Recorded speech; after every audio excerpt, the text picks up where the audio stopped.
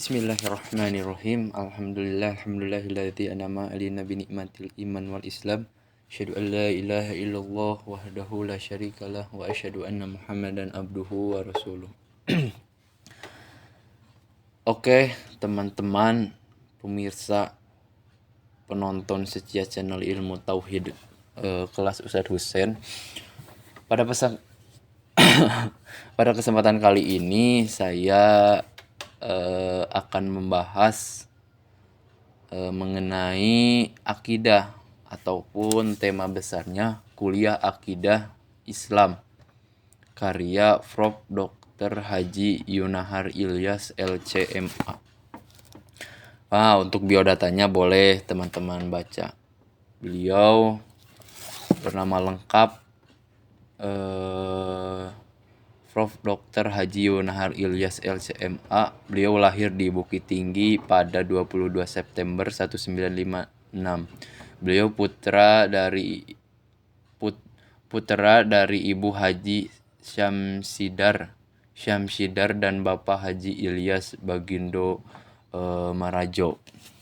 Itu sekilas mengenai biografi beliau. Langsung saja kepada materi yang akan saya bahas, yaitu mengenai tentang akidah. Di sini saya tidak membahas semua ataupun poin-poin dari buku akidah ini, tetapi saya hanya membahas 3 poin saja. Yang pertama, pengertian akidah, beberapa istilah lain tentang akidah, ruang lingkup pembahasan akidah. Itu saja yang akan saya bahas ke depannya. Terus kenapa cenah nggak dibahas semuanya? Karena memang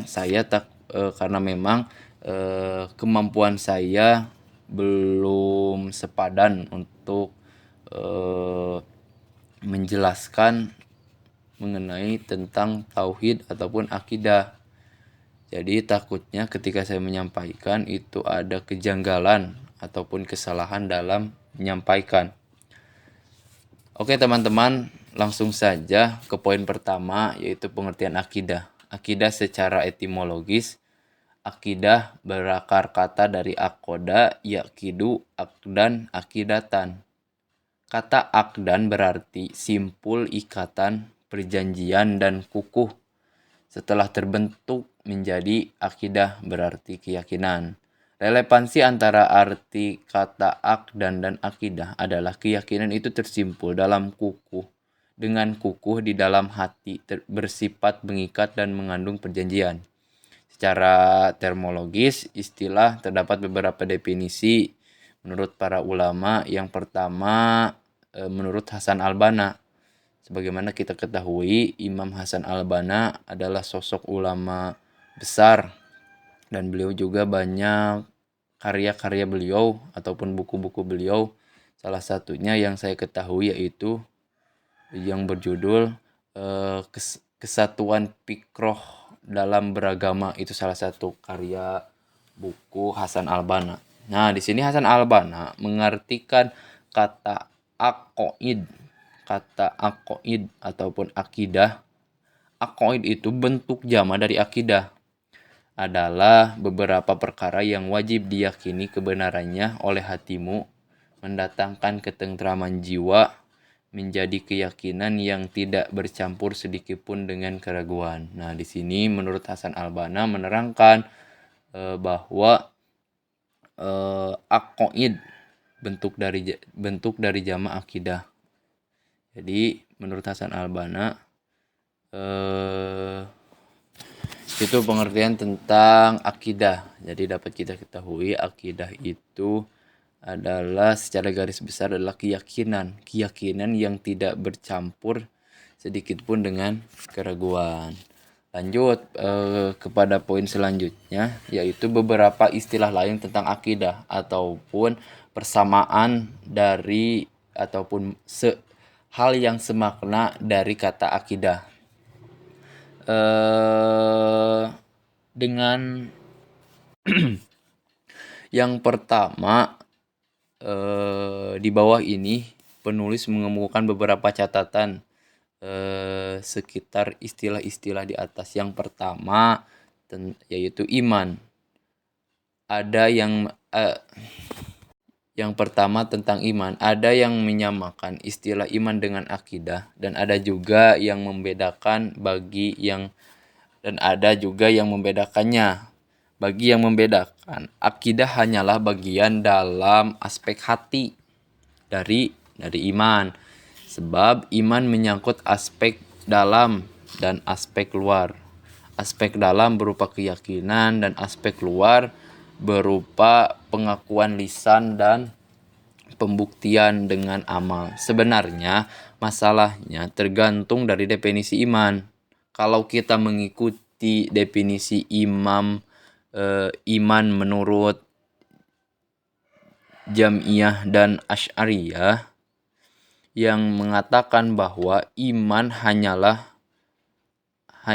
at-tasdik, membenarkan di dalam hati. Maka iman dan akidah dua istilah yang bersinonim kalau kita mengartikan iman itu menurut Asy'ariyah, yaitu at-tasdik, membenarkan dengan hati. Senada dengan ini, pendapat Imam Abu Hanifah yang mengatakan bahwa iman hanyalah i'tiqad, sedangkan amal adalah bukti iman tetapi tidak dinamai iman. Sebaliknya, jika kita mengikuti definisi iman menurut ulama salaf, termasuk Imam Ahmad, Malik, dan Syafi'i yang mengatakan bahwa iman adalah sesuatu yang diyakini di dalam hati, diucapkan dengan lisan, dan diamalkan dengan anggota badan. Nah, menurut penulis, apabila istilah iman berdiri sendiri, maka yang dimaksud adalah iman yang mencakup dimensi hati, lisan, dan amal seperti yang dinyatakan oleh Allah Subhanahu wa taala dalam surat Al-Mu'min ayat 1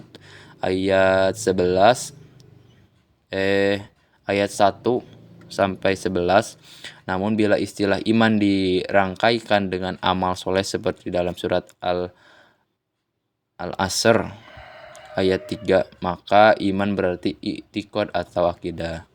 Yang kedua, tauhid.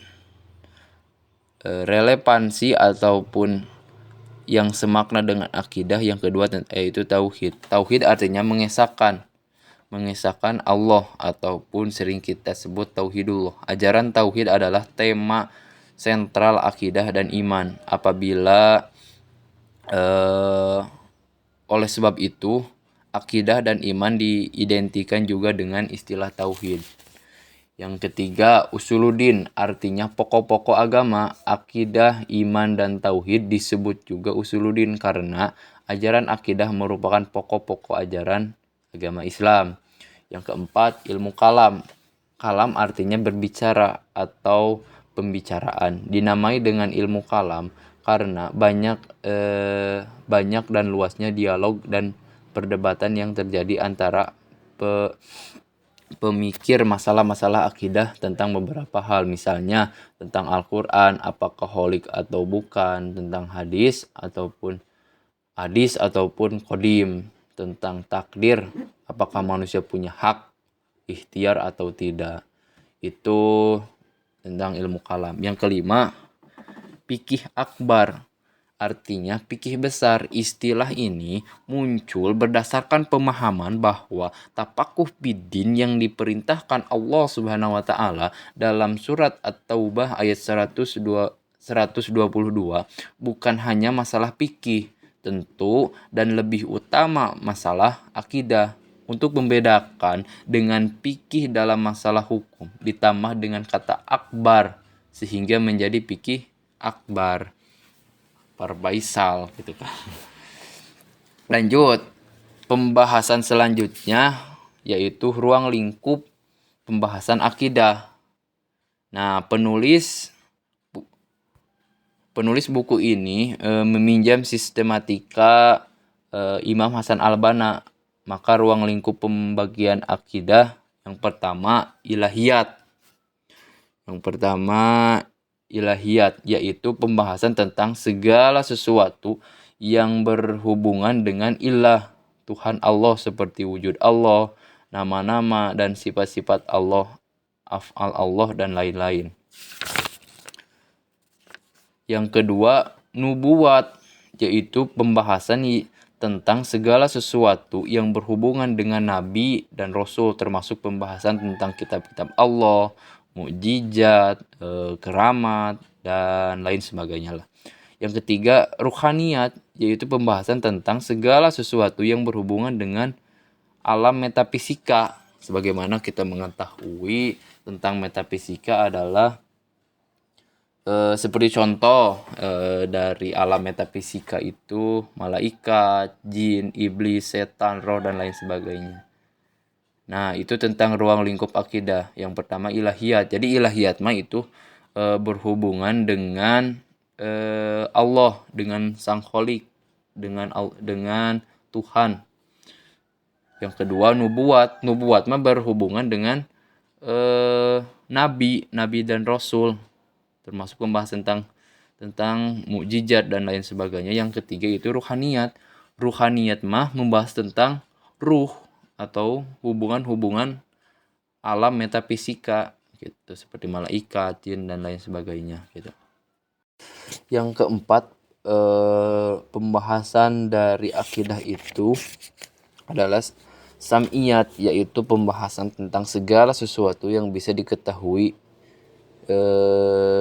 ikhwat sam'i atau dalil nakli berupa Al-Quran dan Sunnah, seperti alam barzah, akhirat, azab kubur, tanda-tanda kiamat, surga, neraka, dan lain sebagainya.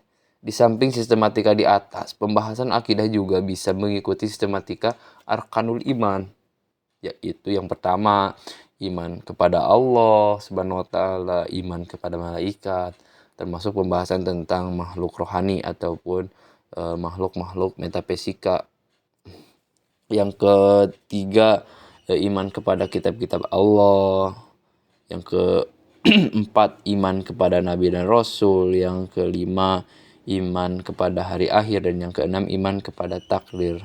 Nah, tetapi penulis akan mengikuti sistematika arkanul iman gitu. Jadi Prof. Dr. Yohanar itu mengikuti mengikuti sistematika arkanul iman ataupun pembahasan dari akidah, yaitu tentang arkanul iman yang tadi, iman kepada Allah dan lain sebagainya. Nah, teman-teman pemirsa setia channel Ilmu Tauhid Kelas Ustaz Husein, mungkin itu saja sebagai pengantar dari buku ini. Untuk lebih lanjutnya kalian boleh baca lagi dari boleh baca lagi dalam buku ini tentang kuliah akidah Islam. Bolehlah kalian kalau mau pinjam boleh datang langsung kepada saya, insya Allah saya diberi pinjam. Kalau teman-teman penasaran gitu, apa sih materi selanjutnya dari buku karya Yohanar Ilyas tuh, bolehlah kalian minjam kepada saya gitu. Oke teman-teman, mungkin itu saja yang saya sampaikan. Mohon maaf bila ada kesalahan dalam segi menyampaikan, kesalahan berbicara, ataupun kekurangan ilmu akan menyampaikan. Mohon maaf bila ada kesalahan dalam berbicara, kesalahan dalam menyampaikan, dan kesalahan dalam menafsirkan tentang akidah ini. Mungkin mohon maaf bila ada kesalahan, baik itu dari segi menyampaikan ataupun dalam berbicara. Dan sekali lagi saya mohon minta maaf. Ditutup saja dengan doa, Rabbana atina fid dunya hasanah wa fil akhirati hasanah wa qina azabannar. Ana muslimun qabla kulli syai'in. Wassalamualaikum warahmatullahi wabarakatuh.